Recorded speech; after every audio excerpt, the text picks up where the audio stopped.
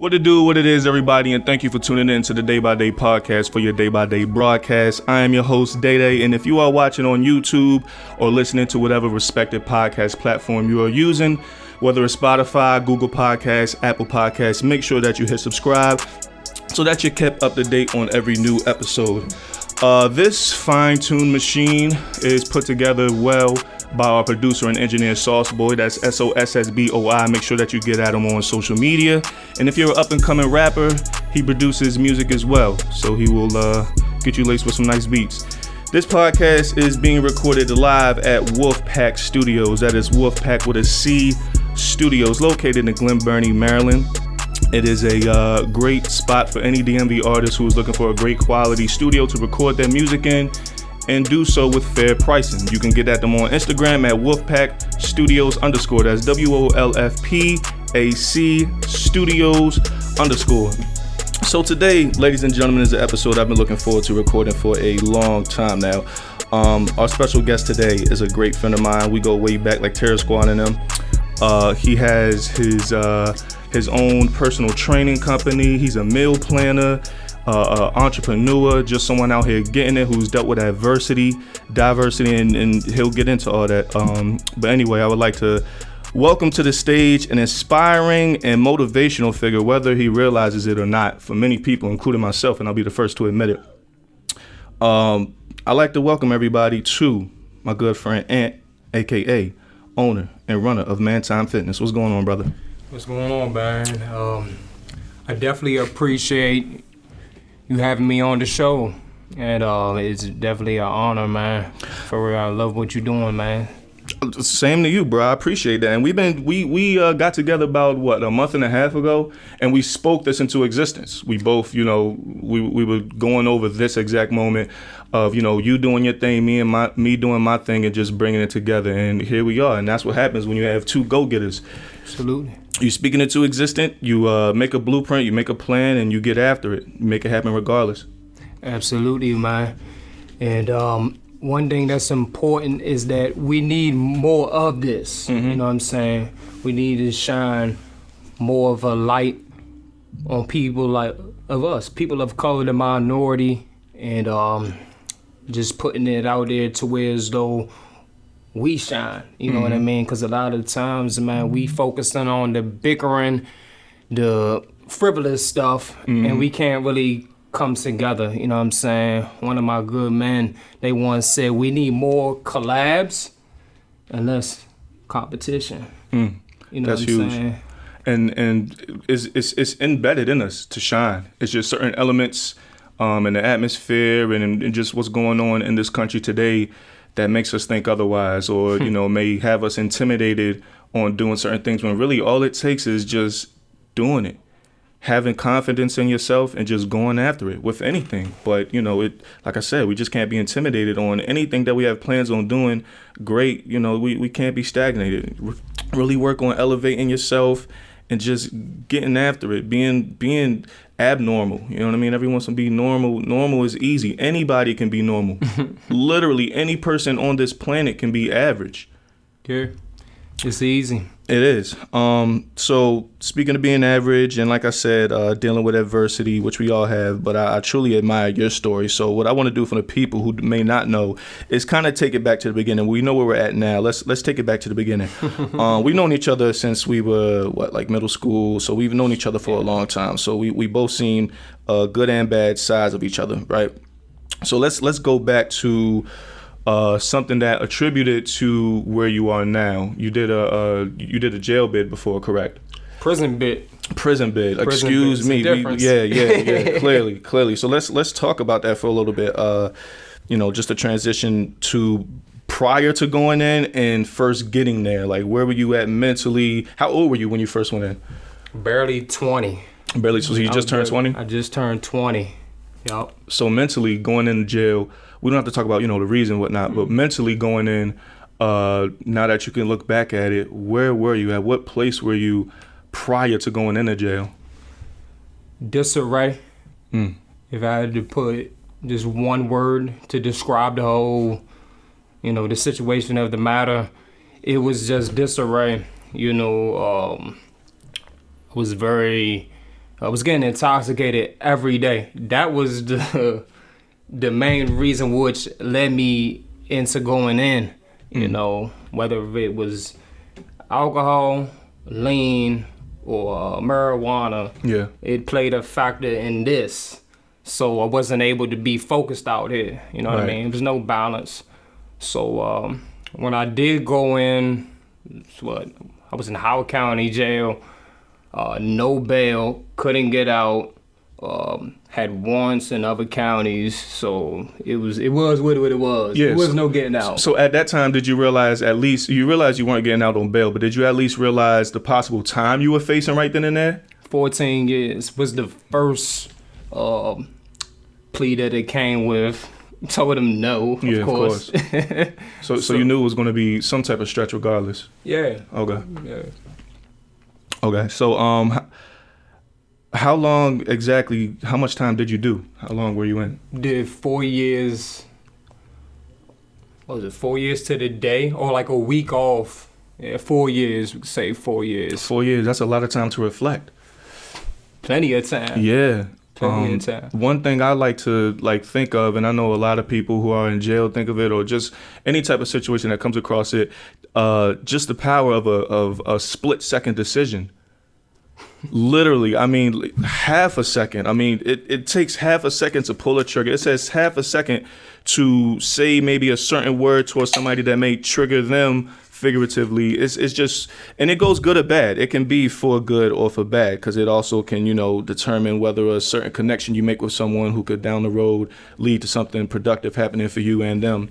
But just a split-second decision, and then I'm pretty sure there's a lot of people that you were incarcerated with who were in there based off a truly split-second decision, acting a radical, not really thinking about what it may lead to. Mm-hmm. And I think that's important on any decision that anyone makes, is truly thinking about, okay, I may be acting off of rage or emotions right now, and which is hard to do. It's hard to talk to yourself when you're dealing with those certain elements inside, but just truly thinking, okay, let's say I do go through with this. A week from now, what could it lead to? A month from now, what exactly could... What's the end game? What's the end result? Yeah. So were you able to reflect on past decisions while you were in jail, and really just think of how you could maybe handle them different, or maybe just go on a slightly different approach? And thankfully it was only 4 years. I mean, I know that's still a bid, but it's people who make split second decisions who lead them dead or life in jail, or just, any type of unfortunate event that alters their life for the worse, for the rest of their life. Yeah. And to piggyback on, this split-second decision, it doesn't necessarily have to be a split-second decision. It can be a constant habit of decision-making that puts you in that position. But furthermore, yeah, bro, it's so many youngers in that zone. It's ridiculous. Yeah. 18, 19, 20 years old, not coming home. I'm talking about these kids is barefaced like me. Yeah. You know what I mean? And they don't have a clue. A clue when they come in the door, because I done it all. I done max, medium, and minimum. And break that down for those who may not know. Maximum security. Meaning you in your cell majority of the day. Sometimes it's 23-1. It just all depends at the spot that you're at, the facility. Medium, it's a lot more lenient. So whereas though you're out your cell, let's just say 5 to 6 hours, depending on if you have a job and other things, And then minimum, you always out, minimum security. So I done seen youngins in all three aspects, all three levels. And me myself, I'm a youngin, but I carry myself in a different way. Yeah. To where as though I can't click with them no more. Like when I was 20, before I came in, I can click with the knuckleheads. Now it's just they too far gone, and I'm not better than nobody. It's just I'm on a different time. Exactly. You know what I mean? Yeah. like we said, that comes from reflecting, realizing your true worth as well. You know, not being blocked off by certain ignorance, because some people never get over that block. And it can take place in your teens, in your 20s.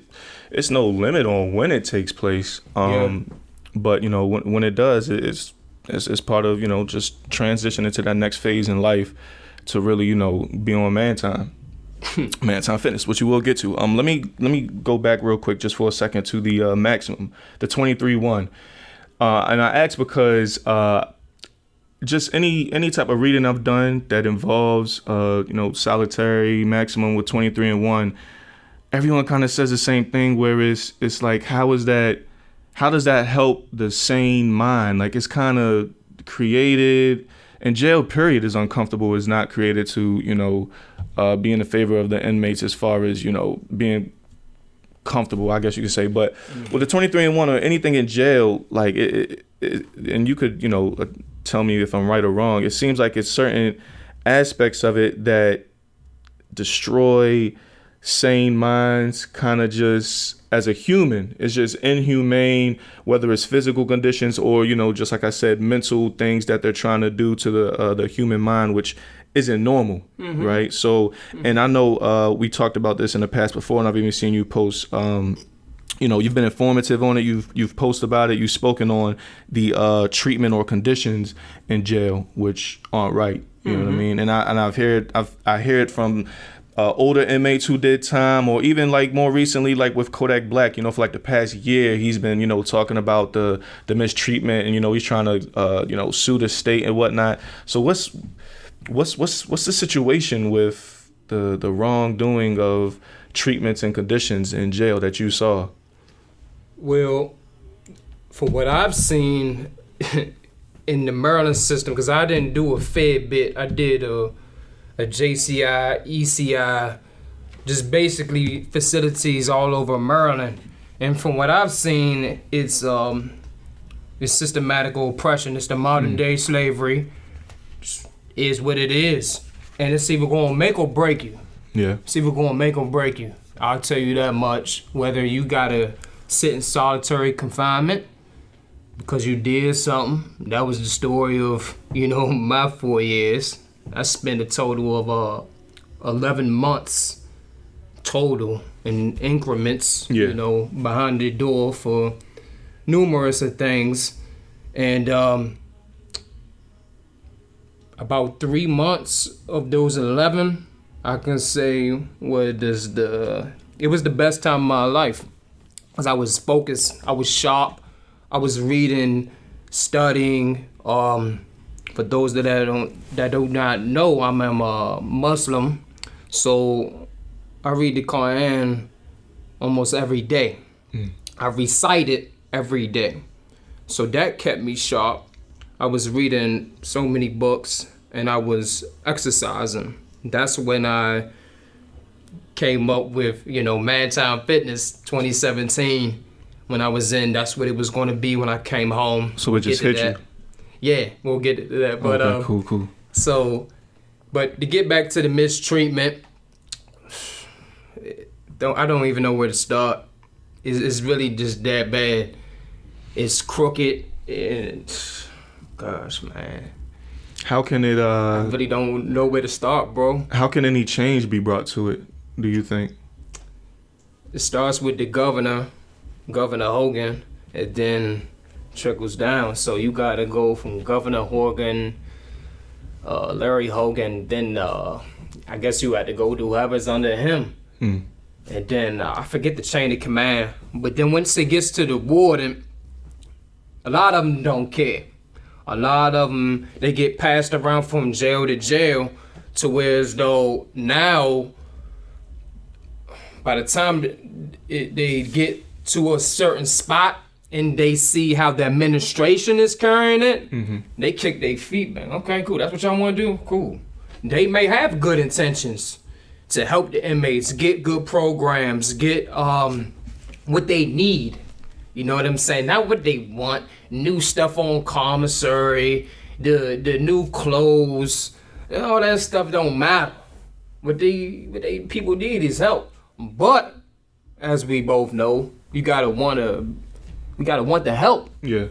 A lot of them dudes, man, they don't want the help. So and maybe like you said with the new closing commissary, maybe that's put there for some type of distraction, right? You think it's not? Like that's the keep them occupied on this. Like I was talking to a brother the other day. He told me that the brothers, when I say brothers, I'm talking about the Muslims. I'm pretty sure it's non-Muslims that's doing it too. But when they come home from their Fed bits, they're going straight to the streets and they are putting money on their commissary books. They still have the same DOC number, the same information, and you can load money onto that. They putting 8 bands, 9 bands in every week to prepare for their next bit. Really? And they're sick because it starts with this. And like, some may say, oh, that's a good idea. No, it's stupid. It's setting yourself up for failure. You know what I mean? And it's going, in their mind, it's going to be the best failure possible for me. I'm going to be comfortable. I'm going to be set. I ain't going to want for nothing. And that's what the system did. That's what the system did. It's just not the prison system. It's the whole system of this corrupt country. It is. You know what I mean? And it programmed us that way. Wow, I did not know that. That's hustling backwards. I did not know, free civilians put money on their commissary. And the feds. Wow, to prepare for them to go back.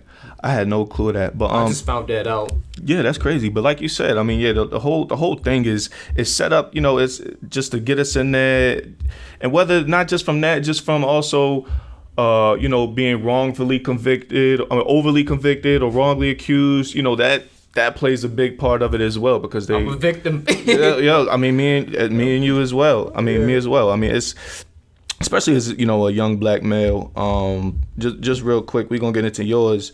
Me, when I was 15, walking home with Cash. Shout out to the bro. I'm gonna have to track him down and get him on here one day.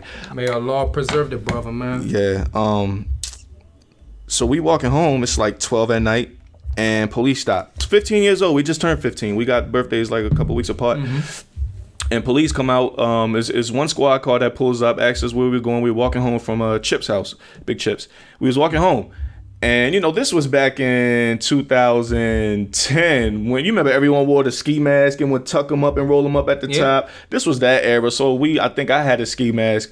I didn't have it on. I just had it in my pocket. Found the ski mask, said something on his walkie. Next thing you know, 4 more squads come up. And we just kind of looked at each other like, yo, what the hell is going on? Like once you see one more, you nervous. You see 4 more and one of them got a dog and like what is going on? Long story short, a robbery took place in the area an hour before we started walking home. So why would a robber walk past the place they, did they crime an hour later? I don't know, but they got all the answers. So, and pretty much the suspect was black male, dark clothes. That's all it was. And that's all it took for them to, move forward with that, charge us as adults. We had no idea what was going on. We get to the commish. And they give us the list. She gives us the list of our charges. Says the bail $100,000, and we just look at each other because it took like a good day and a half for it to even kick on what was happening. Yeah, the digest on 15 years old. Yeah, like what the hell? So afterwards, it was just such a waste of time and money and energy for everybody. We both got put out of school after that, had to be homeschooled, was put on house arrest for like 6 months after. But that, like you said, when you had the 0 distractions, when you was in maximum, that was kind of it was unfortunate, but that was a very awakening moment for me as well, realizing, like you said, how the system is set up. I mean, that easy. 15 years old, that easy.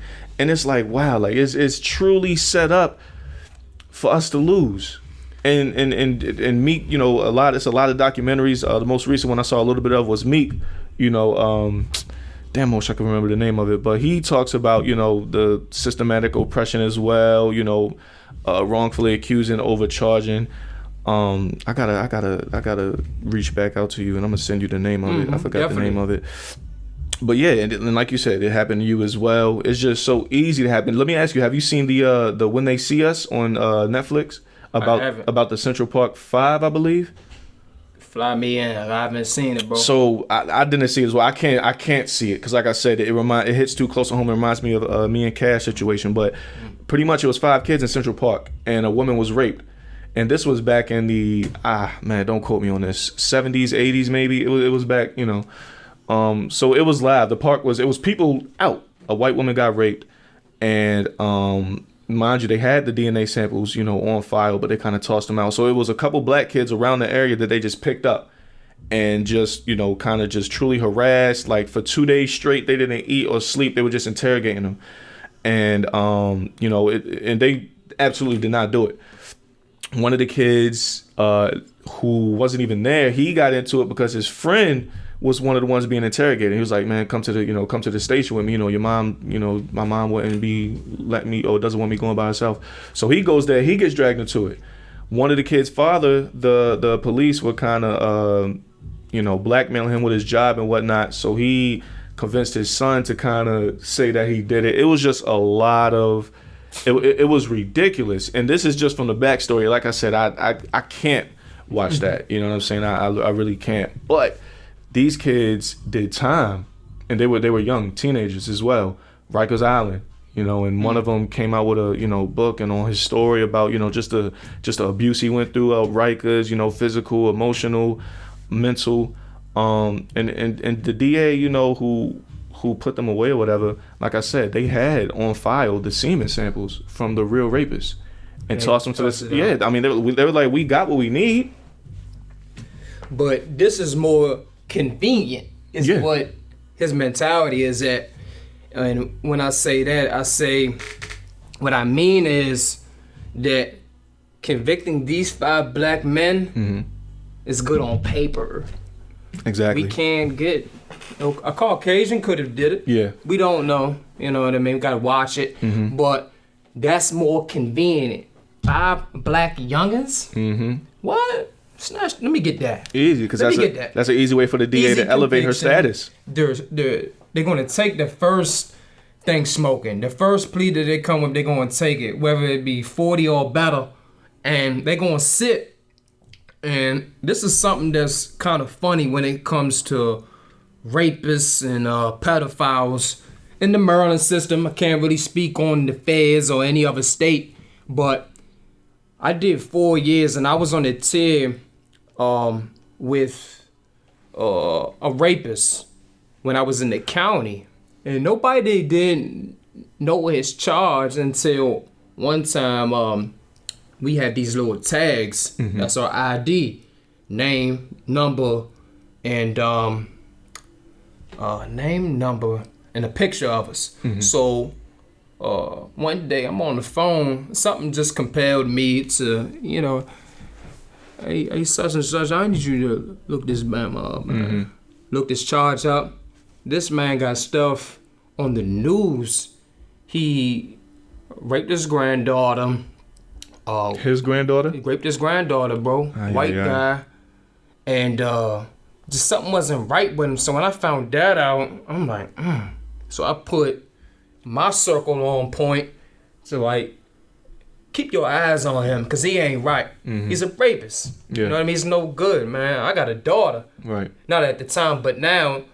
But even then, I got principles and I got morals that he don't got. He liable to do anything. You know what I'm saying? He ends up getting 18 months. Off of the rape?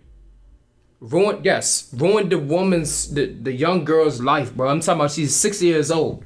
Wow. Did that to him. But here it is. And this, goes back to the crime bills that, the Clintons had put into motion and other Democrats. I'm not political. Everybody calm down.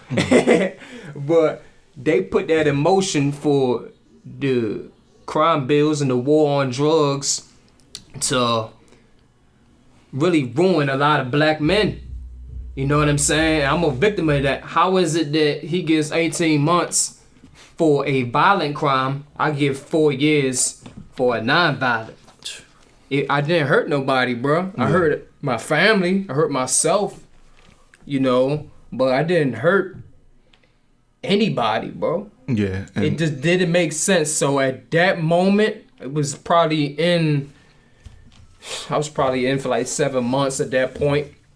I was like, man, I got a long road ahead. You know, I got a long road ahead, bro. And it's the same narrative. It is, and it's been a lot of cases of that where you'll see someone, usually, you know, a white man who literally raped, and gets a slap on the wrist. It's usually always less than a year, but it's people with let's say weed. It's people with weed charges who get years for selling weed. And speaking of that, the weed today is you know, obviously becoming more legal and ethically accepted in today's culture and society. And I want to ask, you know, because when you were what years exactly were you? What 4 years exactly? 2015 all the way to 19. Okay, so you were literally in as it gradually became more accepted in society, right? So I want to ask, like, seeing that, you and other inmates as well, while it was going on, the inmates who may had weed charges, like how were y'all seeing, like how did y'all feel about this? Like, okay, they're celebrating, they're putting weed stores everywhere, it's on TV, it's on news and whatnot, and I did the exact same thing a year ago, and I'm sitting in prison for it. They changed a lot of laws in Maryland, but it wasn't retroactive, meaning that if you was already convicted, like my crime was an armed drug trafficking charge. So with me, the gun had really played a factor with me transitioning home sooner. A lot of people went home soon, but it got complicated. October of 2015 is when I believe the law was passed or something of that nature, but 2016 is when it went into effect. So a lot of people that was convicted after October 2015, I was convicted August in Howard County, and I was convicted for my probation violation here in Annapolis. So I had just missed it. You know what I'm saying? If I was convicted October of that day, right, or the day after, I could have got time back. But really? It happened. Yeah. So therefore, a lot of people in 2016 of October, they was eligible to come home sooner, you know. But at the same time, it goes back to they gonna make sure it's convenient for them first, meaning the system, and then it's gonna be convenient for y'all. You know what I mean? So everybody hooting and hollering, like, you know, what's up? Like, you know, everybody is getting these good days, meaning like good time to come home soon, like 20, 30 days. So meaning if they don't get in trouble, they get 20 days off their record, off their time, 30 days off their time. And here it is, me, I'm only getting 5. I got convicted for, I got sentenced for 5 years, but I ended up doing 4. So with my good time that I lost, got back, lost again, and then ultimately, which led me coming home, was by the permission of Allah, you know, the Almighty. But the prison population is overpopulated. The system is overpopulated, so they had to let me go. And you know, we just sitting back looking though, to answer your question, like we sick. Yeah. Like Bama's in this joint is serving twice as long as, you know, the time that I did, triple for, you know, just having like 30 pounds. I mean, it's a lot, but it's not hurting nobody because y'all making money off of it now. I mean, it's farms. And we sitting here, you know, it's crazy, bro.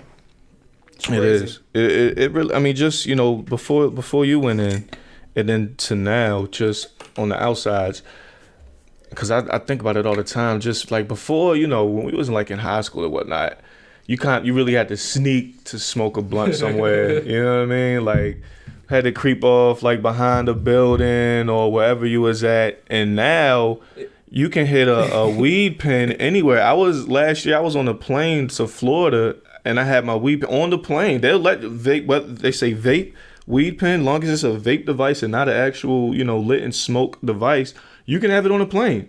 So I'm just sitting on the plane hitting it like, how the hell did we get here? And just why is it still, it's cool when it's here and, convenient for them, like you say. Yeah. But still, for anyone else who, may not have a weed card or is still trying to, make they money from it, it's the opposite. It's literally right next door, but they make it the complete opposite side of the spectrum and downplay them on it. Yeah, it all goes back to this, bro. Mm-hmm. All goes Mucho back donero. to the dollar, man. So it's a couple different factors that you gotta pay attention to. The same factors that they pay attention to. Okay, everybody uses marijuana, but I don't know the statistics, but we use marijuana, as, black men, black women, we indulge in that. Yeah. If you ain't built like me, I'm not built to be a marijuana smoker, bro. I'm just not. I'm not going to get stuff done. I'm not going to reach my full potential. And that's what hindered me. Yeah. Like I said, that's what ended, that's what I went in for. I wasn't focused. Right. So we can do all the if, buts, and whatever, but bottom line wasn't focused. I went in. So you're not smoking now. I feel the same way. First of all, let me say, like I said it a couple episodes ago, I can't get shit done when I'm high, bro. Yeah. Like, that's why I rarely, like the last time I did it was a minute ago. But like I'm just not one of those people. A lot of people be like, dang, how can you just go throughout your day just not smoking? Like you said, we're complete opposite. Like me, if I were to smoke, I would probably feel how people that do smoke feel when they don't smoke, if that makes sense. Because I really cannot get nothing done. I would just be comatose.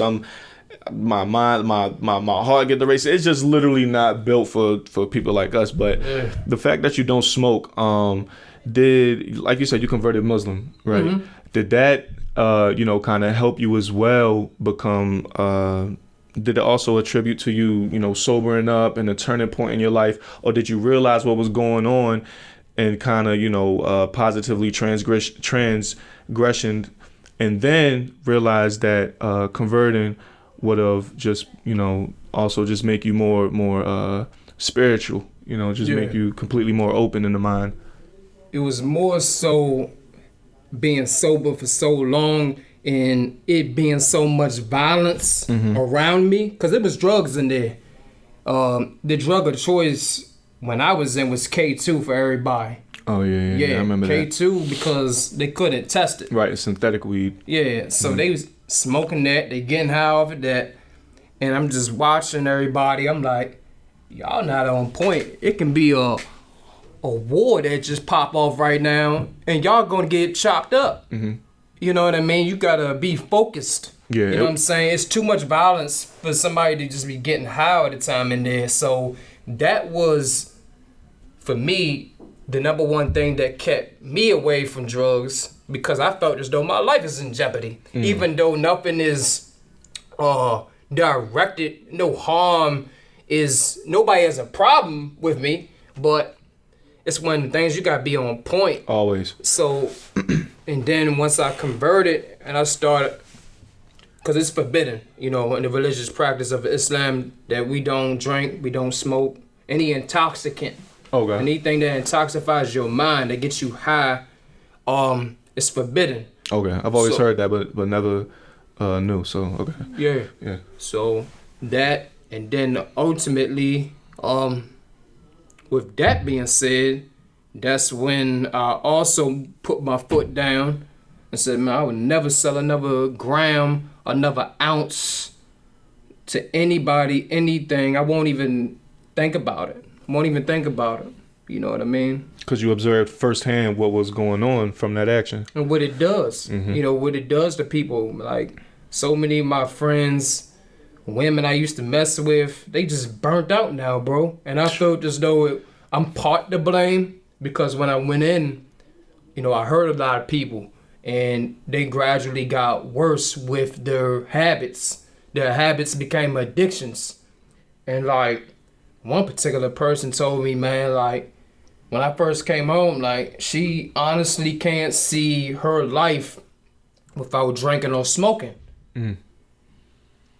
I'm sitting back, I'm like... That's not life then. That's a mirage. Exactly. So that hurt. Yeah. That hurt, but at that point, I knew how to cut ties. I had to cut ties, bro. That was... Been so many people like that. Yeah. No, yeah, listen. Not everyone is made to last along for the ride. It's just how it goes. If you think everyone is built to last on it, then all it's going to do is bring you down as well. Mm-hmm. Let me ask you this. When was the true turning point that I'm pretty sure you remember the exact time and location that made you realize this ain't it? Not just the selling drugs before, just everything. When was that one true turning point where it just hit you? When I went in December 24th, 2016, it was a brawl that broke out.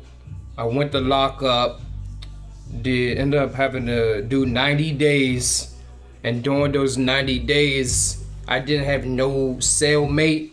I was in the cell by myself. I had my books, I had my body, I had my mind, and I had faith that I'm going to come home a better person. So going into the new year, I knew I had to do something when I came home, because if not, I'm coming back. Mm-hmm. So like I said, once I start to read the Islamic laws and the wisdom behind why we do certain things and why we don't do certain things, it's wisdom behind it. It's wisdom behind the kufi. It's wisdom behind the hijab for the women. It's wisdom behind 5 times we pray a day. You know what I mean? So once I started to learn that, and then I see what my past life was did for me, that's when I knew it wasn't it. I knew it wasn't it to be a road running, breaking law all day. It just wasn't it. Yeah. You know what I'm saying? What's the end game? You know what I'm saying? And that was my turning point. On top of that, my best friend had got killed. I don't know if you know AK. AK got killed December 27th of 2016. So that woke me up about the reality of death, which is uncomfortable for a lot of people to talk about. Yeah.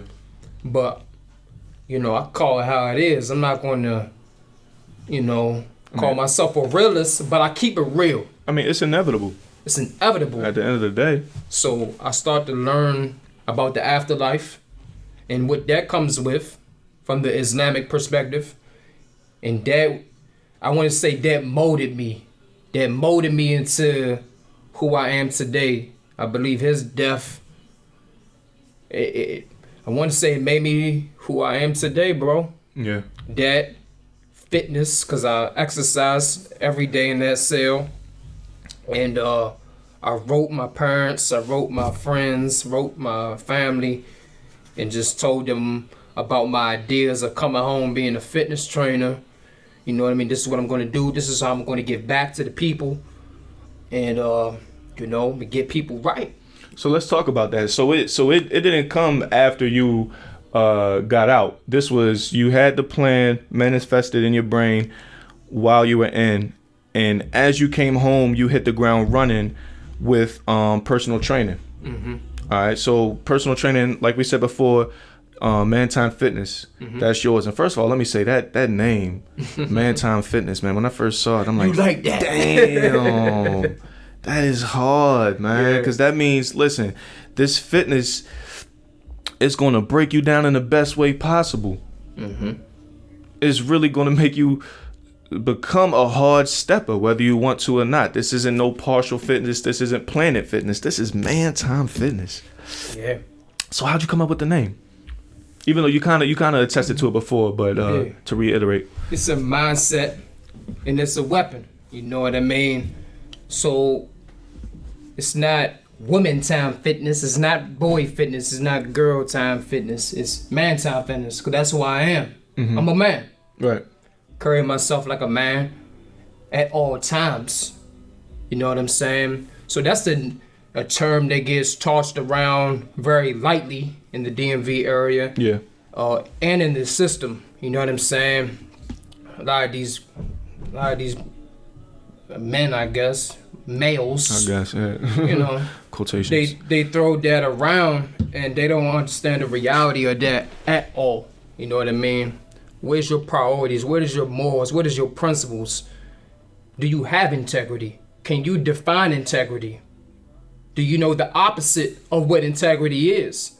You know what I mean? So it's a methodology that doesn't compromise my religion, but I put it and intertwine it with fitness because that's what I love to do. That's what I'm good at. You know what I'm saying? So that's what the name derived from, just how I carried myself, how my father raised me, how my mother raised me, and took it and ran with it. Came home. It is an entity. It is a business that I had to get licensed, and because at first people were trying to steal it. When I came out with it, it was a couple people that tried to steal the name in Berlin. Really? On social media, like you can look at it. Their accounts were made after mine. Like, if anybody watching, if you see this logo, just know they associated with me. And if you don't see this logo, but you see the name, it's false. Yeah, they not associated with Mantown Fitness. That's crazy. And I've seen for a couple years now what takes place with your training, with your fitness. So the name is like I said, it's just the perfect element. It's not just a name and everything else just, is kind of facade. But the style of your fitness, let's talk about that for a second, because it's in the most positive way unorthodox. You know what I mean? But yeah. Obviously it works. You know what I'm saying? Before you went in, you were scrawny. I mean, I'm not saying I'm swollen either, but you were scrawny. I remember you were scrawny, and I mean, just like when you came out, none of us could believe it. Yeah. Right. So did the style of training, did any of that come from the workouts that you were doing in jail? Yeah, I wanted to say about 85% of what I did when I was in, transpiring to now. The other 15% is the plyometrics. The jumping up and down, the flying push-ups, you know what I'm saying? Yeah, that's good core work though. Yeah, it's good core work, but it's fast twitch muscle. And not only that, just to get people's attention, you know what I'm saying? But it's what I like to do. It's what I like to do, it's what I'm good at, and it proves to be effective. But the main 85 is calisthenics, weight training, and HIIT. Calisthenics, weight training, and HIIT. And HIIT, HIT, for those who don't know, is high intensity training, which interval training. Well, you break it down there. What's HIT? What's it made of? High intensity interval training. Okay. So whereas though you are putting your body and your lung capacity at, let's just say, I'm gonna say 80 to 90% lung capacity, oxygen capacity. So you're breathing in 75 or 80 up to 90% of your maximum oxygen intake. So your lungs are gonna be on fire, but you don't do this for a 60-minute training segment at all. You do this for about 15 to 30 minutes, depending on what it is and who the person is. Yeah, a lot of people are doing it now, because like you said, you're getting twice the workout in half the time. Does that correlate to CrossFit at all? Because a lot of people, would like to say CrossFit does the same thing. You do half the work. I mean, you do, twice as much work, but in half the time. Do they correlate at all? It does, but it doesn't, because the same pull-ups that I have my clients and myself do is a orthodox pull-up. All the swinging and all that stuff like that, that's what they do on CrossFit. Okay. To me, it's ineffective. It's ineffective. You don't get the full pull. You don't get the full push. It's not effective. But what they do is they go 5 minutes nonstop.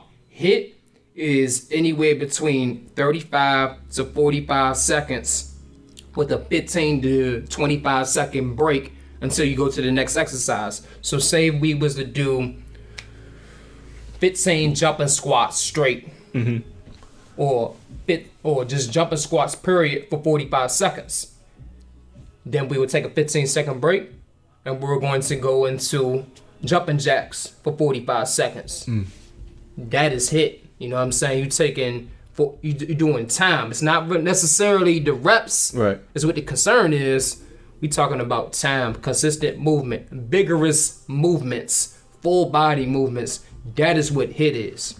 And the time over the rep count, now that you say that, is truly more effective in the sense that when you have reps and you're counting, as you get closer to the number that you're going to stop at, your body kind of, I don't want to say it gets comfortable, but it's not going as intense. Like Muhammad Ali, whenever he would do like sit-ups and whatnot, anything that involved reps, he wouldn't even start counting his reps until he got tired. Really? Yeah. Yeah, that's crazy, right? I didn't know that. Yeah, but like you said, even with workouts I do with time, especially like when you don't know when the time is coming up, you may hear like the last 3 seconds or 5 seconds countdown, but you don't know when it's coming. So you're just constantly pumping the same intensity level the whole way through. So I like the fact of, time being over reps. Yeah, definitely, bro.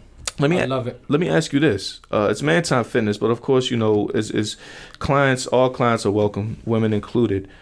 So I think about this a lot. When it comes to working out, and you're a personal trainer, with women nowadays, so many, going to getting their bodies done, right? When just simply, and any woman that I know that, brings up the idea, I just tell them, working out and diet, you have no idea what that can do. You have no idea how close that can bring you to the goals that you're looking for. It'll take time and dedication like anything else. But what type of workouts or diet do you suggest, to women who, trying to get who want to get a certain ass and want to go to getting a fake ass, but say I bring them to you, be like, man, just get my man a couple months to get you right, and I promise he can do it. What type of program would you usually lay out, for women looking for those type of goals? Because it's a lot. It's ridiculous. I mean, you have kids in middle school talking about when they get however old they're going to get their bodies done, right? I don't know. So let's just talk about, just dedicating yourself to you truly getting your body right yourself. Like what steps could they, diet and exercise, what steps could they do to obtaining that? Well, the intention has to be correct, because my intention is to be sharp. I love the feeling of just the burn, the endorphins, you know what I mean, running through my body. I love it. So for the woman that, or the man that may want to change their body, they want a 6-pack, they want a bigger butt, they want a bigger body, a stronger body, my suggestion,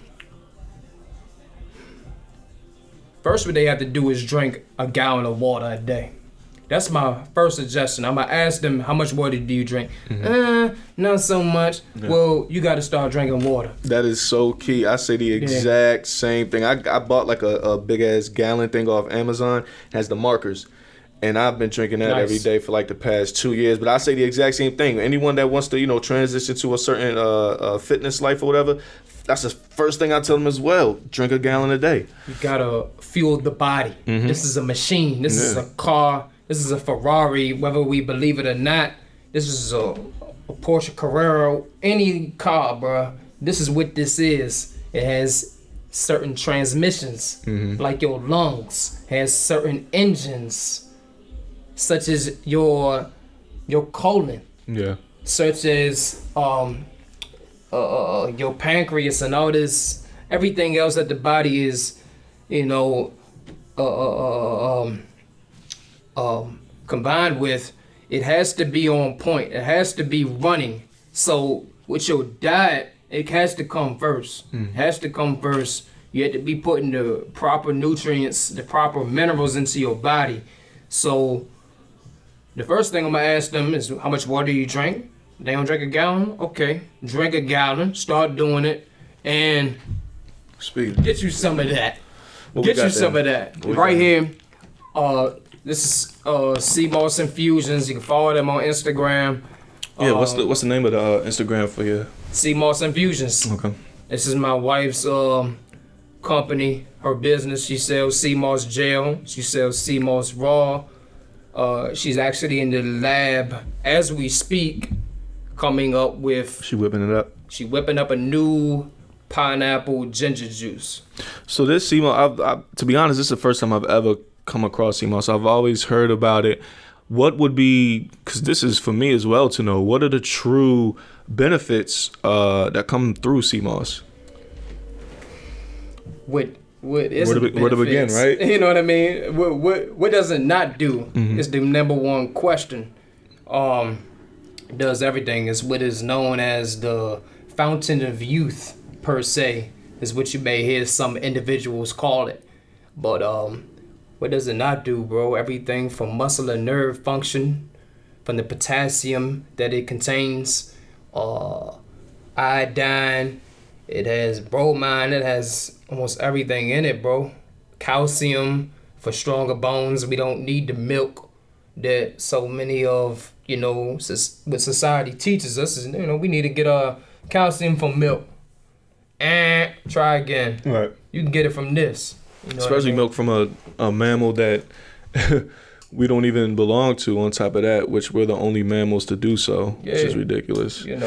So you need to start taking that, is what my suggestion is, because that's how I start my day. Water, sea moss, a banana or some dates, banana or some strawberries, but that's how I start my day. A lot of people are on the sea moss, and I love to see it, because it's truly such a beneficial part of life. As I can see, I haven't been fully educated on it, which I'm becoming now. So thank you for that. But yeah, it's a lot of people are on it. So you guys make sea moss. So you say you have the gel. So the form of gel is you just take the scoop of this, right, and just take it to the head, or you can put it in smoothies, everything, right? So what you just crushed. So did you make a smoothie out of the gel from yours? I made a smoothie out of it. Kiwi, pineapple, peach, and grapes. I blended all that together, put about a heavy tablespoon of ginger, and I had about roughly 2 tablespoons of sea moss. So this is about 16 ounces, filled it up. This is my post-workout. You know what I'm saying? Chase it with some water. Don't even really gotta chase it. As you can see, I crushed it, and it does have a distinctive taste. People say it tastes bad. Well, listen, I've never had sea moss before. I just bought this, so where better place to try it for the first time than right here in your presence, my brother. You got a spoon? I don't got a spoon. I'm going hard body. Oh, you got one? I was ready to say, listen, I was ready to go hard body. Listen, that's cool. I'll get the old scoop. Let's try this out. And this is the gel. Yes, sir. Feels like cold Vaseline. Don't chew it, just swallow, bro. Get your water. Yeah, I was trying to chew it. I mean, it's not bad. I've done way worse things. Yeah. Me too. I'm a Henny boy, for crying out loud. And I'm glad you said that. So, for the people watching, you gotta ask yourself, for the ones that may indulge in alcohol, why do you drink? Or why do you drink? Not as much as I used to. Okay. I think a lot of people know I used to be not bad. I was never an alcoholic, but I used to get bent. I mean, now maybe once a month, maybe. Okay. Why do you do it? For celebration reasons. The most recent was at a wedding. Okay. I'm not just sitting around and getting drunk just to do it, though. That's nah. But I mean, listen. I realized what's going on. I can't even after I drink, because I usually work out at least every other day. After I drink, that whole next day I have to use to recover. And then the next 2 days I have to go hard with the workouts just to get back caught up to normal. So I asked you that. I'm gonna just speak for myself. No, listen, lay it out there. I did it because I like the way it feel. I smoke weed. I used to because I like the way it feel. So why can't we do it with this? Smoking is terrible. I hated cigarillos. I hate it. Yeah, but, them grapes was. You know what I'm awful. saying? When I first started, that's what everybody did, so I'm gonna do it. You know what I mean? Blind following. Cut to the chase with the alcohol. Alcohol tastes terrible, bro. It is. It tastes terrible, but we do it because we like the feeling. The feeling, yeah. What about this? What about this? You know, it's gonna give you a way better feeling. I'm more focused. And it's not nearly as bad tasting as alcohol. Not nearly. You know what I'm saying? But, you know, we supposed to be people that, you know, we eat for taste. Yeah. That's what so many of us, you know, tend to do. But, you know, I think that if we focus more on the beneficial side rather than the taste, come on, man. The sky's the limit. I don't eat for taste no more. I got a daughter. You can't. Longevity, bro. I gotta be here for her. And it's the humor of this world is wild to make it to where as though things that taste absolutely great are bad for you. Terrible. And things I wouldn't say that taste nasty, but just average. They're cool. They don't really get the taste buds jumping around that are, you know, good for you. But like you said, you have to, it comes a point in time where if you truly want to dedicate yourself to a certain lifestyle, which being fit is a lifestyle because it's exercise, it's diet, it's certain mannerisms that you have, it's certain, you know, just a mental state you got to take on. But one of the part is adapting to not always eating for taste. You can't, because if you always want to eat things that, you know, taste good, greasy, saucy, cheesy or whatnot, then you'll keep doing it for the rest of your shorter than what should be life. Check this out. Expect the worst. Expect the worst. And, you know, it's unfortunate, you know, but what happened to Chadwick Boseman happened because what he was eating, bro. Really? Colon cancer. Yeah. We keep flushing our body, indulging in everything that I want to call it a lab experiment for real. But I mean, but in the black community, period. That's all it is. It's a lot of, you know, it's design. Yeah. so you're saying they want us to think it's all hereditary, right? It's not, bro. Yeah. It's not, bro. Tell that to them. Don't tell that to me. Cause I know, and I don't go off of theory. I don't go off of speculations. Nah, bro, I go off the facts. And the fact is that what you put into your body is going to ultimately play a so much of a big factor, bro, on the way you wake up and how you engage with people, how you move. You know what I'm saying? How you look, the way your skin is. Yeah, I was really saying. You know what I'm skin. saying? Yep. It all transpires, bro. I'm telling you, bro, you gotta put in nutrient-dense food. Because if you want to eat junk food, then what you think you're gonna get? This is a temple. You have to live here. And it builds the immune as well. I know last time we spoke, just what's going on with COVID right now. COVID. It's and I'm not, you know, I mean cut you off, but I'm not, you know, it is a real thing. Yeah, we know that. It's a real thing. I lost family members from this, but they didn't eat right, bro. And I was ready to say, so I've only come across one person who had COVID and was symptomatic. Usually everyone is asymptomatic. They're not showing symptoms.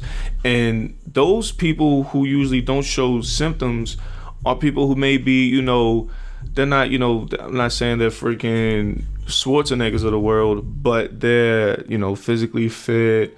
They drink their water, you know, they're just regular, outgoing, getting into activities everyday people, right? The one person, I've only come across one person who caught it and was like really ill, who wasn't old. It was a woman who came by my job. She was probably in her 40s, I want to say, but she was obese. And she said her and her family caught it and was in the hospital for like, you know, a week or two. Her son's, who was obese as well. And that's when it really hit me, like, okay, so you have people who are catching it and getting sick. For one, older people, right? The numbers when it first came out were majority older people.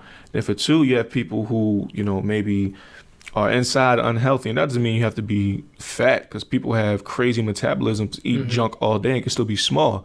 But people who just aren't taking care of their body food-wise and are more vulnerable to having a weaker immune system, it seems them and the elders are first and most vulnerable to being, taken down by the virus. Not just catching it, because if you're catching it and your immune is strong enough, it's going to, it's going to fight it off or whatever. Exactly. But the immune system just had such a great deal in the COVID, and that's when it really hit me and made me realize how much it does. Mm-hmm. And we were talking about it for a second last time we met. Mm-hmm.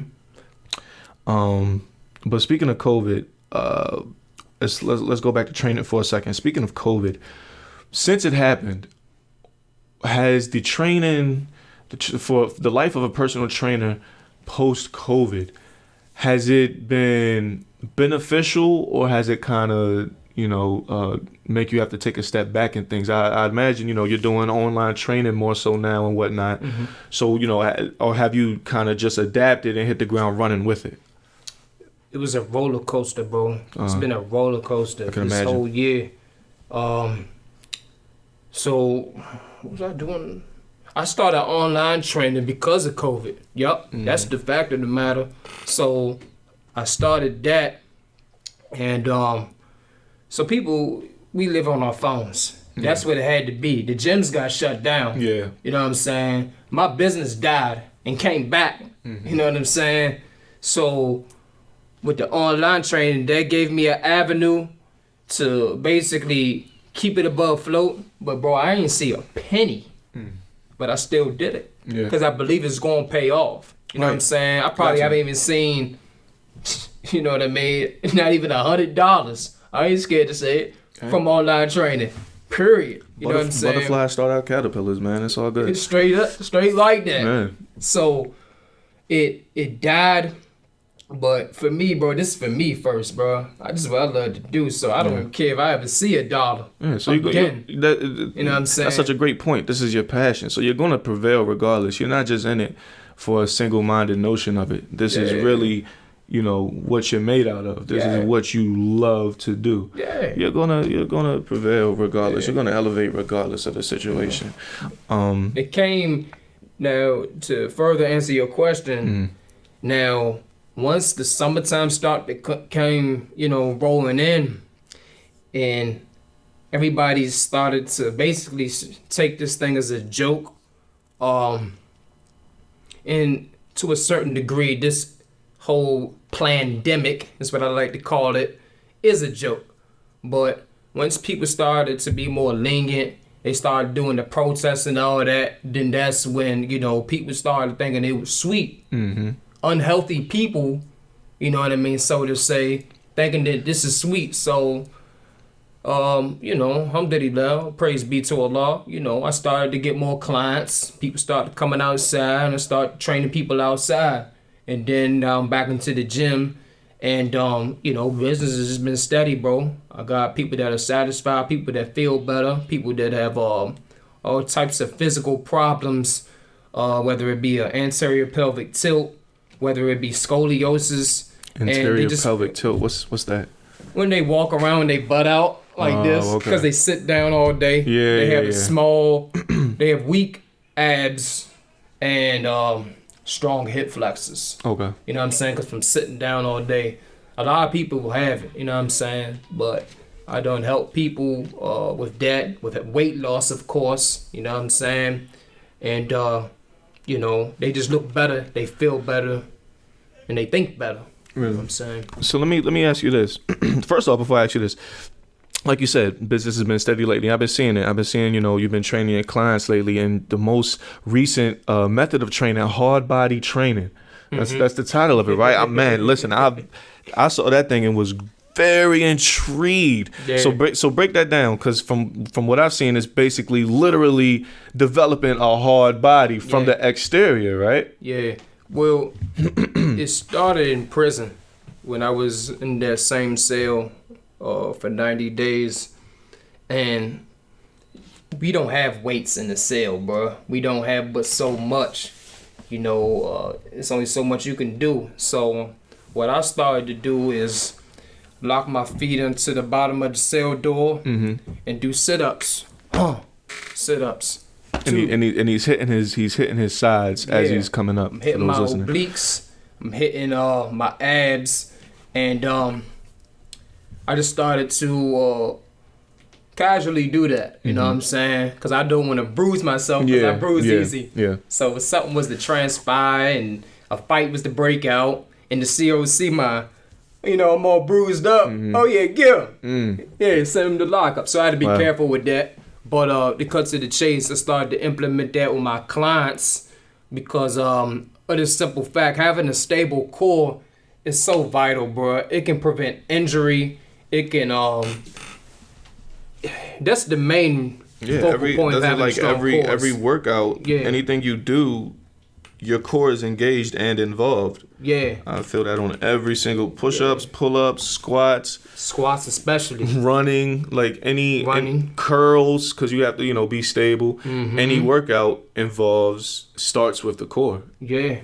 So I start to prioritize my core for myself in like 2017. I saw a difference because before 2017, I wasn't doing it as much. Was very ignorant in fitness, didn't know much. You mean as far as ignoring the core? Yeah. Okay. Yeah, bro. I was wondering why things wasn't how I thought they should be. I'm leaning when I'm doing my curls in the yard. I'm looking wild, looking back. You know what I'm saying? I'm curling like 40 pounds, but I'm leaning. I'm not stable. And that came from a weak core. So once I started to learn and apply, things started to look better for myself. And I saw a difference because I was training for like 2 years at that point. Didn't have a six-pack. Once I start to incorporate more core exercises, planks, sit-ups, mountain climbers, it came together. That's what's up. Yeah, I mean, listen, I believe you on that because for the longest, even like when I was playing football, did heavy weight training, but we barely did core work. So, we were squatting, benching, cleaning, front squats, inclines, all that good stuff, right? Setting y'all up for failure. And we would spend, and literally because when I had to get two shoulder surgeries, and both came from just it being so weak from just improper technique on, especially cleans. I think the cleans and front squats really messed me up. But I ignored the core. I mean, because we barely did core work. We just did everything that, we thought mattered at the time. So let me start doing core work on my own after workout. So I'll spend like 30 minutes after every workout doing my own core work, whether it was videos or, just workouts that I looked up and whatnot.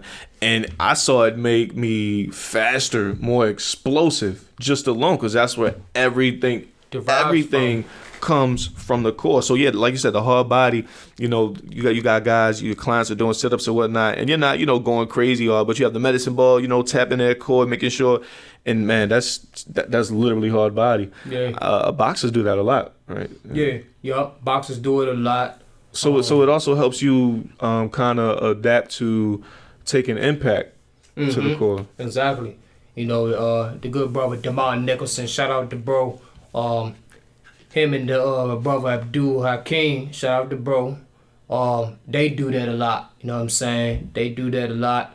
They probably get like big 15, 20 pound medicine balls and drop that joint on every sit up. They'll do the dead hangs with the knee raised up, tapping it. You know what I'm saying? Or they throwing blows. You know what I'm saying? Like I know you probably seen the Workhouse Mentality video. One clip, I'm giving one of the good men, Ru Haley, shout out to bro. I'm giving them jabs, core check. You know what I'm saying? Making sure that core tight. Nice and tight, yeah. So let me ask you this as well, from the aspect of a personal trainer. For one, is it the mental, and when I say mental, I mean like lifestyle, or is it the mental or physical aspect that's more challenging for like a newcomer trainee to staying committed to? And how do you keep them motivated to staying committed to whichever one it is they're having more troubles with? It's the mental.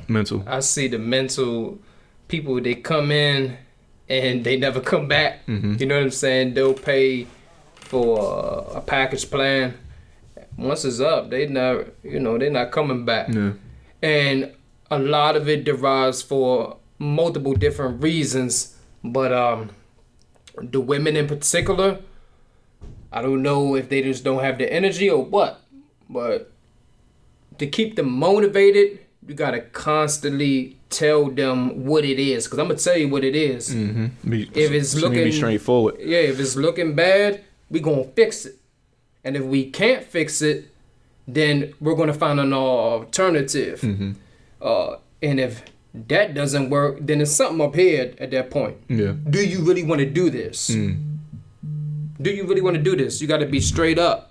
You got to be straight up. So on that note, if that doesn't, if that isn't in order, then at that point they don't come back. Yeah, because it's truly a lifestyle. It's not just showing up to the gym a couple days throughout the week and you'll get it.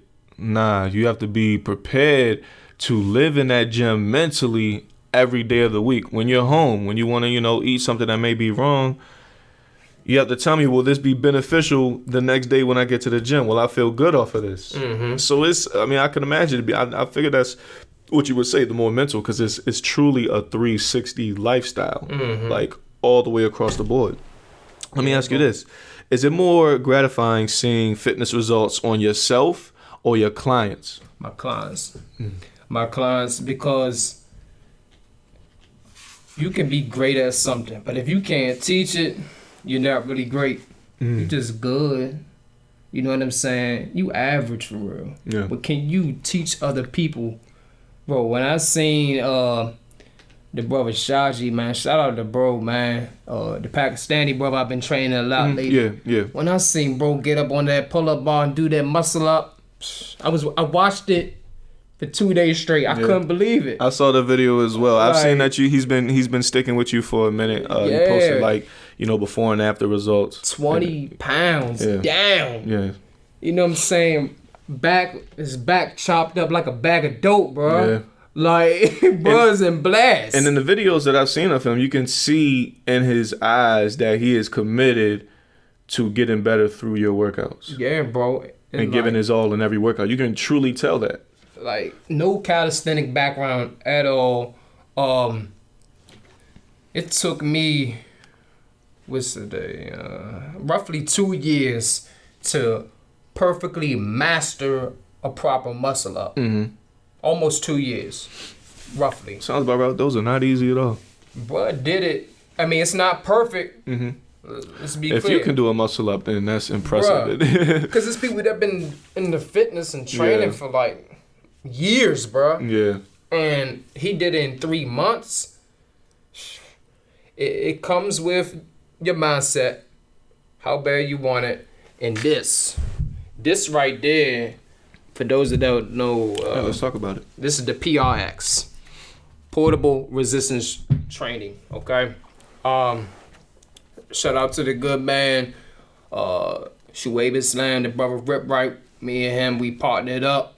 He met the good man Vin Diesel from New York, and put him in a position to where as though we are now providing these to the people. You know what I'm saying?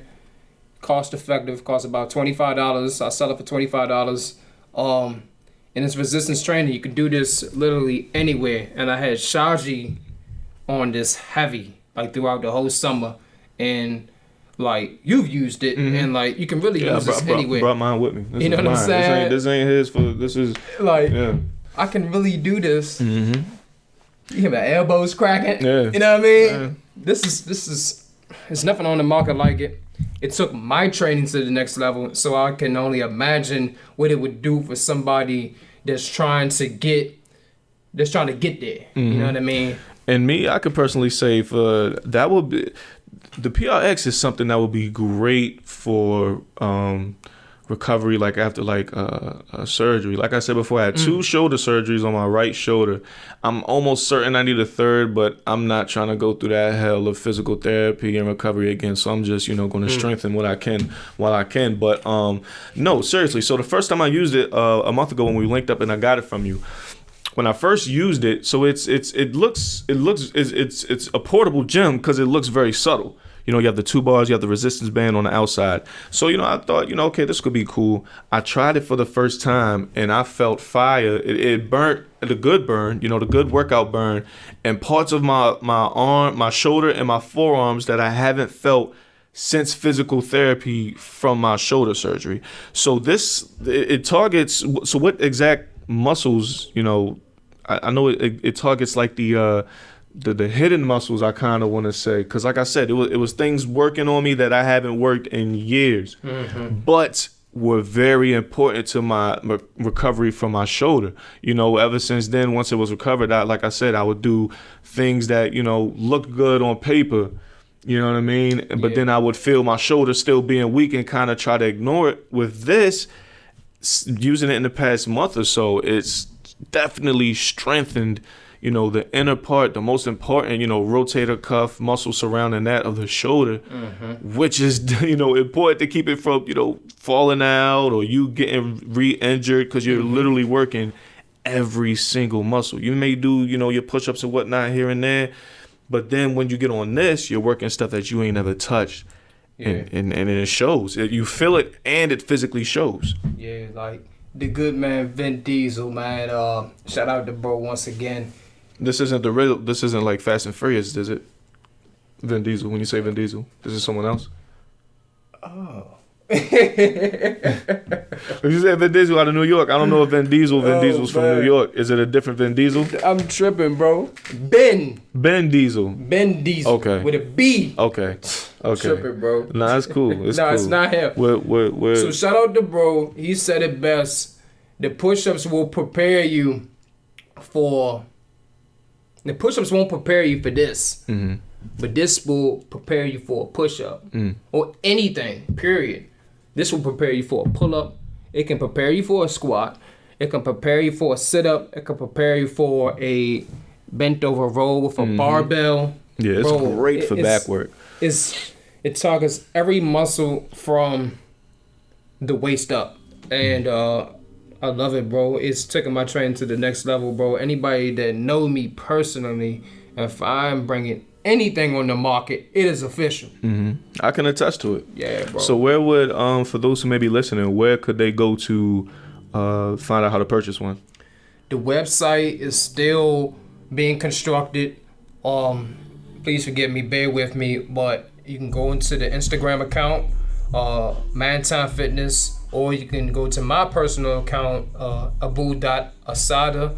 And these are on Instagram. Yes, sir.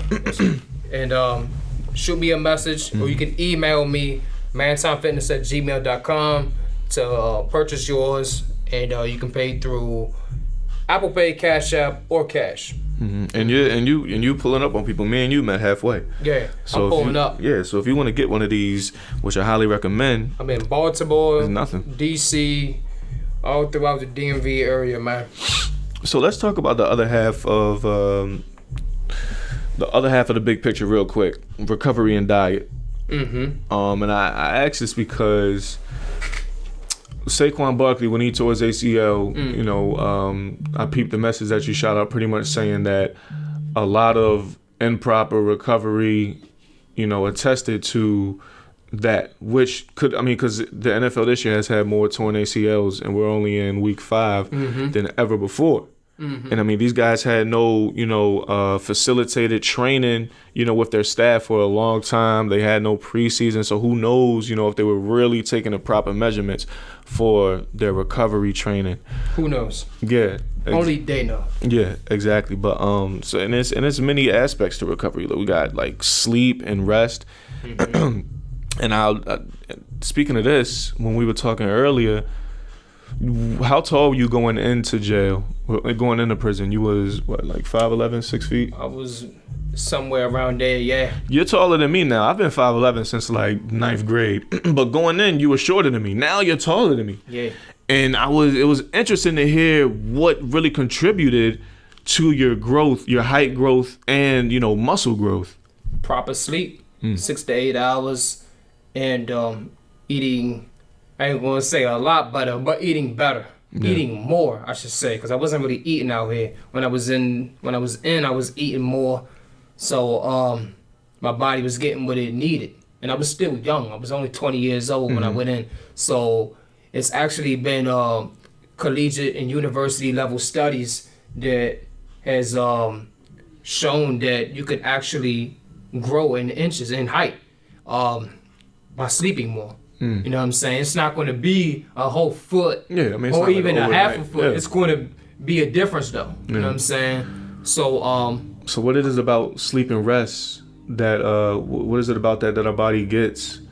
It has to rejuvenate, has to replenish it, not replenish, but it has to recharge. It's like a cell phone. Use this phone all day, it's gonna burn out. You gotta charge it up. And essentially that's what our bodies are doing. They're recharging. You know what I'm saying? It can just be a quick 30-minute nap. You're gonna feel a difference if you're somebody like me that's up at 5 o'clock every morning and I'm out the door. You know what I'm saying? I got stuff to do. So if I take a 30-minute nap, I'm gonna feel that. I'm gonna feel the difference. And then furthermore, it gives your body the recovery that it needs for our muscles to grow. You know what I'm saying? And yeah, bro, it plays so much of a big factor that we constantly undermine because we wonder why if we don't get enough rest, we go to the gym, we can't lift heavy. Well, your battery ain't charged. You ever think about that?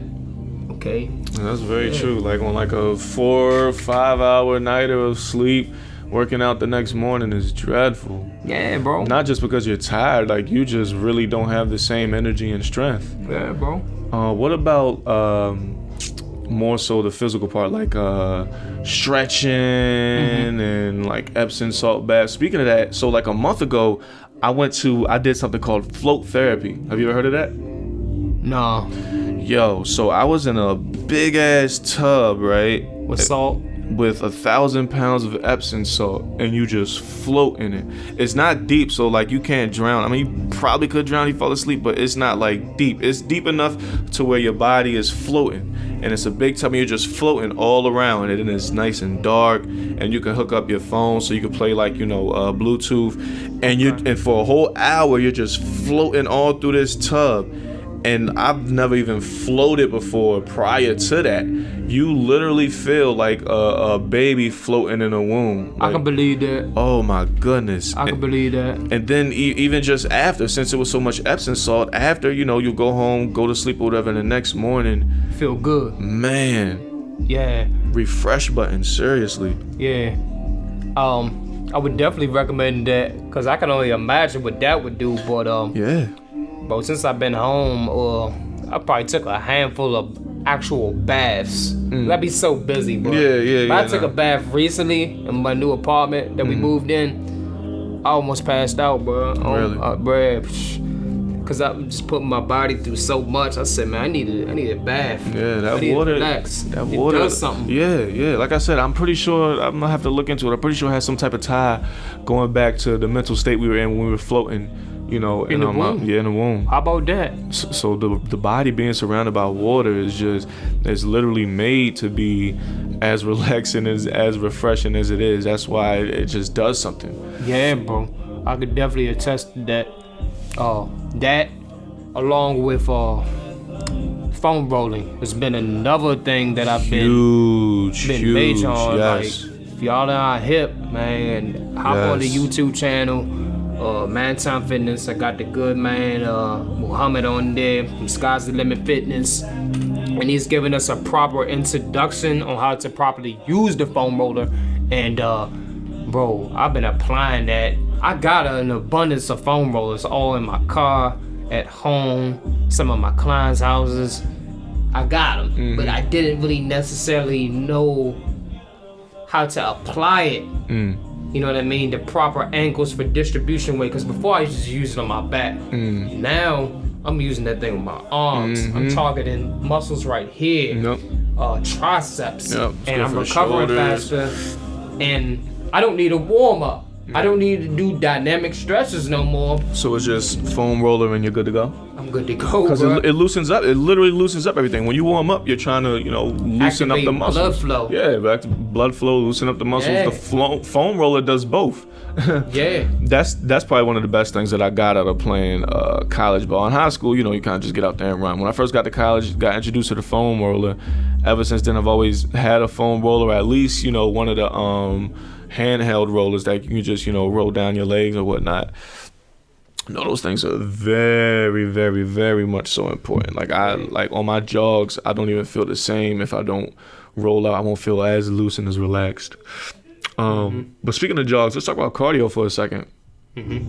Do you? So I know you do the hits workout. So that obviously involves some cardio because it's blood flow and oxygen intake that's being used in it.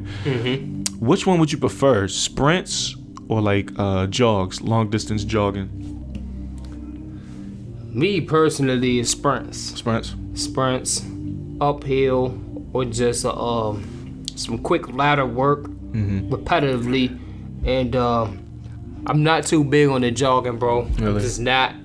I think it was kind of because I didn't really like it when I was in the system, because of the simple fact that the shoes that I had, I used to work out in, they wasn't strong enough to absorb my weight. Yeah.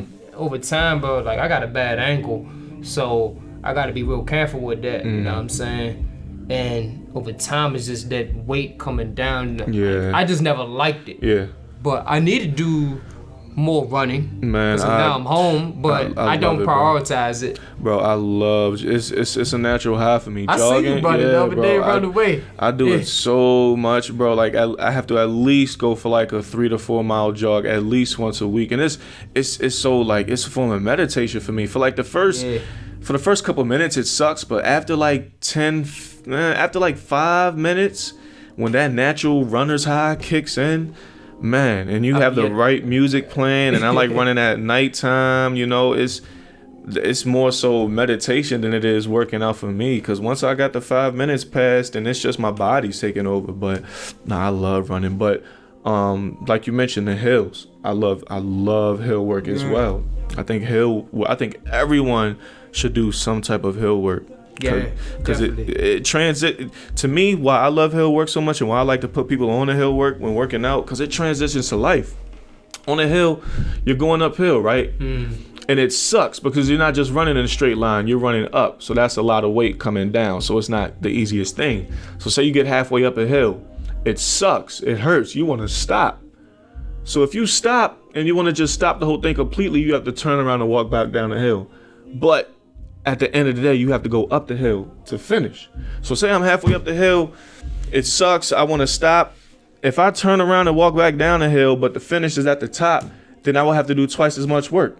In life, you deal with some type of, adversity. Yeah, in life, you deal with some type of adversity, a speed and a bump in the road or whatever, and you want to quit, but you're already closer to the top of the hill. Yeah. So if you quit, and if you want to restart it, you'll have to work twice as much. You know what I mean? And that's just life in general. Life ain't going to be a straight edge.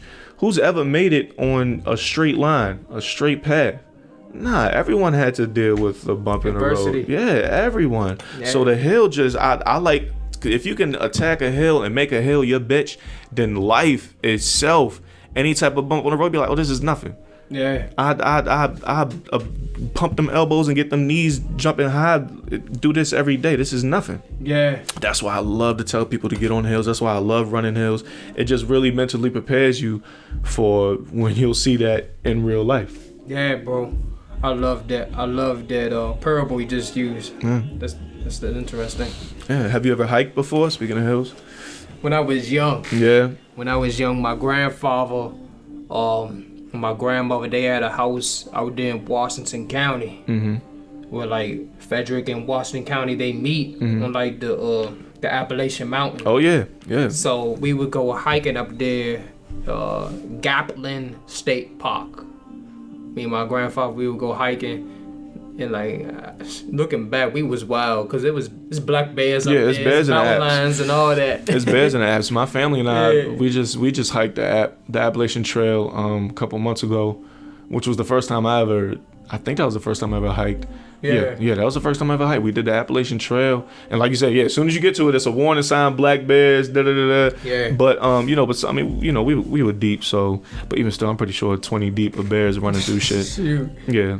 But I haven't done it in a while. Yeah. I should. Matter of fact, I lied. Me and my wife was hiking before the baby got here. We was in Gwen Falls. I think that's what it is. Yeah, Gwen West Falls. Baltimore. Gwen Falls is a place. Yeah, that's where we was at. We went hiking over there, y'all. It's great physically and mentally. You know, it's peaceful. You know what I'm saying? Because you're working. Because it's so much elevation.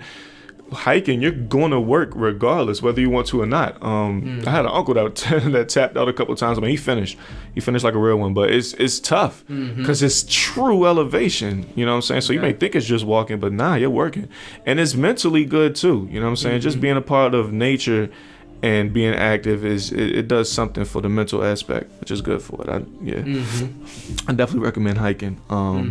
Biking. Have you ever biked? Haven't biked in a while. Yeah. I used to. You know, we used to. Yeah. Oh, yeah. It used to be. That's when we had the mongooses.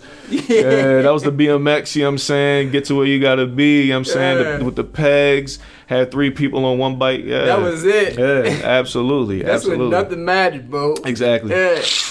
Biking is big now, too. Because, again, same thing. Cardio, but it's not strenuous stress on your legs. Yeah. You gotta be careful with the bike. You gotta get the right seat. Because absolutely. If not, it's gonna mess with your system down there. Yeah. Yeah, it can. Also, it can legit mess with your. Yeah. Okay. Yeah, it can. It was a study that I've read. Something in regards to testosterone in your reproductive system down there. Like for long periods of time, just sitting down on that. It's not a good idea. Yeah. It's not a good idea. Like my grandfather, he got a special seat to help combat that, cause he cycles like he's in his 70s, and he cycles about almost 30 miles a day, something like that. Really? Yeah. Yeah. He goes in. I didn't know about the seat. It makes sense though, cause any type of bike I got, I go biking on mountain bikes, and I'll do maybe longest I did was like 30 miles, but it took like 3 hours, I think. But the seat is important. I ain't getting no bike seat unless it's memory foam. Like, I mean, pause, but your ass will be sore, like on just a regular, like those regular plastic. I mean, it's like leather, but it's barely any cushion. It can't be good for you. So I can imagine now it kind of messing you up inside as well. Yeah, definitely. Wow.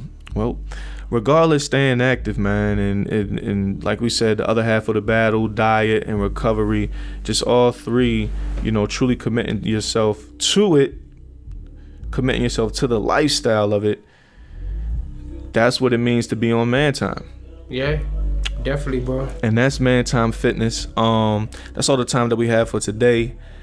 I like to truly thank my guest today again. Entrepreneur, as you can see, personal training, CMOS, get at CMOS Infusions on Instagram, get at Man Time Fitness on Instagram. Just get with him, just tune in to what he has going on, his story. Everything is truly an inspirational piece to me and a lot of other people. Appreciate that, man. Yeah, whether you realize it or not. So again, thank you for being here today, man. Thank you for having me.